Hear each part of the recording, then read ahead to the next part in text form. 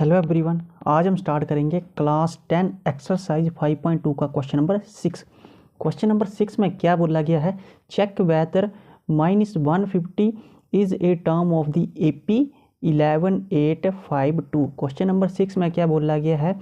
हमने चेक करना है कि -150 जो है गिवन AP की टर्म है या नहीं है। तो सबसे पहले हमारे पास क्या दी हुई है? गिवन AP दी हुई, जिसमें A क्या होती है? फर्स्ट टर्म, और D क्या होता है? Common difference. तो पहले हम A लिख लेंगे। तो A कितना आ जाएगा गिवन AP में? A इज इक्वल टू कितना दिया? फर्स्ट टर्म होती है 11 आ गई A। कॉमन डिफरेंस निकाल लेंगे।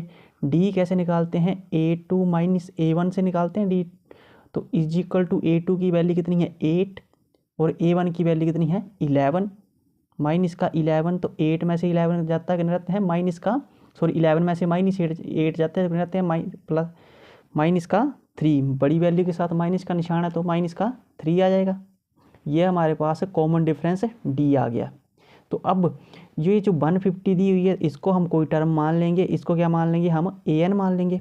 तो let AN is equal to, कोई ना कोई टर्म माननी पड़ेगी हमें N की वैल्यू फाइंड आउट करने के लिए। तो इसको मान लेंगे AN is equal to minus का 150।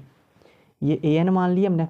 अब AN का फॉर्मूला क्या होता है? AN का फॉर्मूला होता है A प्लस ब्रैकेट में N-1 और D। तो ये जो तीनों वैल्यू निकाली हुई हैं हमने ऊपर, इनको इस फॉर्मूले में पुट कर देंगे। तो AN की वैल्यू कितनी है? माइनस का 150। तो माइनस का 150 आ जाएगा इज इक्वल टू A की वैल्यू कितनी है? 11 प्लस N कितना? N निकालना है, माइनस का 1, और D की वैल्यू कितनी है? माइनस का 3। वैल्यू पुट कर दिया। अब हम सोल्व कर लेंगे। अब जो माइनस का 3 मल्टीप्लाई का उधर जाके डिवाइड का हो जाएगा, और 11 प्लस का उधर जाके इसका हो जाएगा माइनस का हो जाएगा। तो पहले सोल्व कर लेते हैं। 11 प्लस का उधर जाके माइनस का, तो माइनस का 150 आ गया, और माइनस का 11, और इज इक्वल टू इस साइड क्या बचा हमारे पास? N-1 और मल्टीप्लाई बाई माइनस का 3 बचा। अब -150 माइनस 11 कितना हो जाता है? -150 माइनस 11 हो जाएगा माइनस का 161 हो जाएगा, और ये माइनस का 3 मल्टीप्लाई का सड़ जाएगा, किसका हो जाएगा? डिवाइड का हो जाएगा। तो यहाँ क्या बचा? N-1 और -3 बचा। ये मल्टीप्लाई का सड़ जाके डिवाइड का हो जाएगा, तो क्या बनेगा? माइनस का 161 डिवाइडेड बाई माइनस का 3। माइनस से माइनस कट गया, यहाँ क्या बचा? N-1। अब माइनस का 1 है, उस सड़ जाके प्लस का हो जाएगा। तो कितना आ जाएगा? 161 डिवाइडेड बाई 3 प्लस का 1 इज इक्वल टू N। क्या ले लेंगे? अब हम इसका एलसीएम ले लेंगे। तो 1/1 एलसीएम आ जाएगा। तो N इज इक्वल टू क्या आ गया? 3 1 का 3 एलसीएम आ गया, और 1 को 61 से तो 161 आ गया, 3 1 का 3 आ गया। तो N की वैल्यू कितनी आ गई हमारे पास? N is equal to 164 divided by 3। तो N की वैल्यू जो है फ्रैक्शनल वैल्यू आ रही है।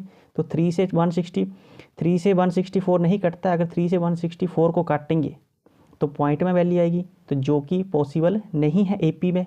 AP में कभी भी पॉइंट में वैल्यू नहीं आती है। तो हम बोल सकते हैं कि -150 जो है AP की गिवन टर्म नहीं है। तो यहाँ पर लिख लेंगे, ये नेचुरल नंबर नहीं आया, तो हम यहाँ पर लिख लेंगे which is not a natural number. Natural number नहीं आया, तो हैंस माइनस का 150 can not be A term of given AP। ये क्वेश्चन नंबर 6 जो है हमारा कंप्लीट होता है।